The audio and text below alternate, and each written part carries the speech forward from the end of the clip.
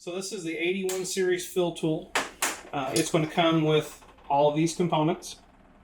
Right now we're going to work on this front shock, so I need to change this sleeve out for this shorter sleeve. So this is set up right now for a rear shock. This is a sleeve for a front shock.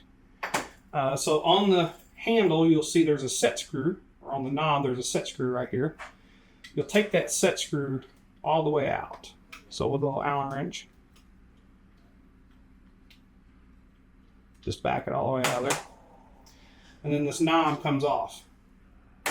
From there you'll slide the shaft out and then pop these ends off. They're held in with an O-ring, so sometimes you may have to just get a little screwdriver and pry that off.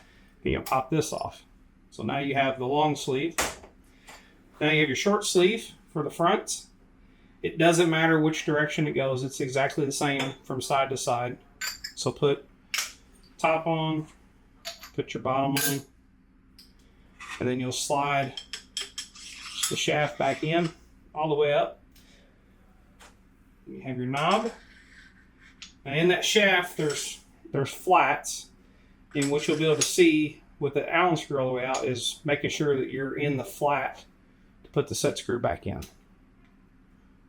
So simply put your set screw back in and tighten that up.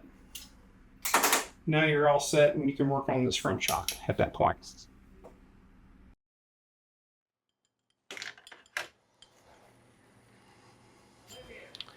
So we'll pull our shaft out of it. And then we'll have to dump our oil.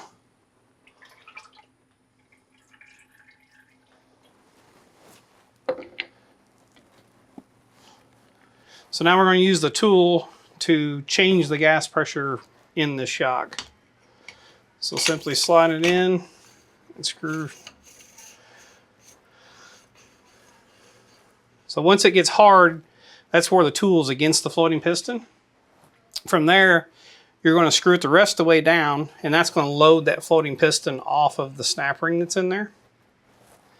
Now you can simply unscrew the screw that's in the center of that floating piston.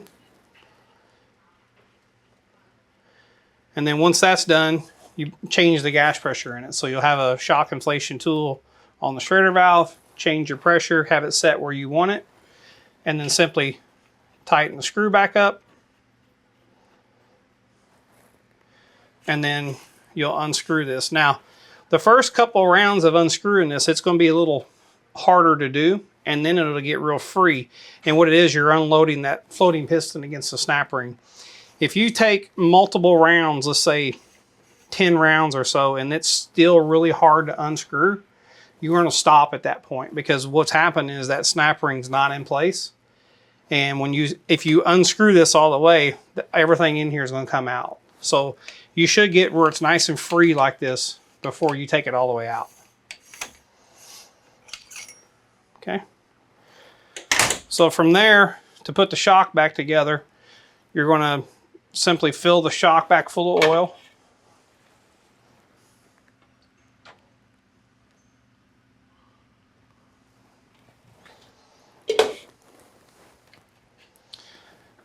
You'll put the shaft in.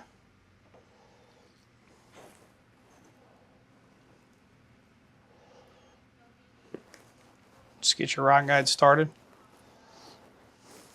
So once your rod guide is started, what you're going to want to do is pull this bleeder screw out.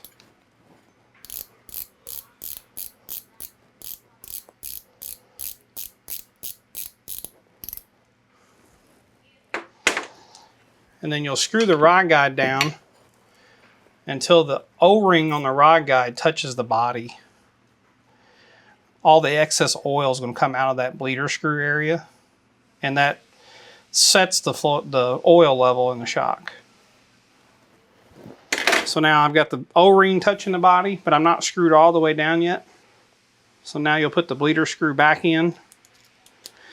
Make sure your O-ring is on the bleeder screw.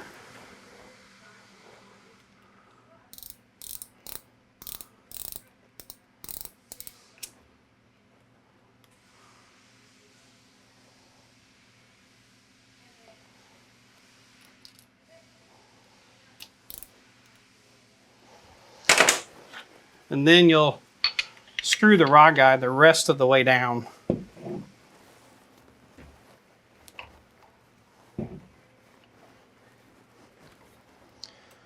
So from there, you can clean the shock up and dyno it, and that's how you change the pressure in that.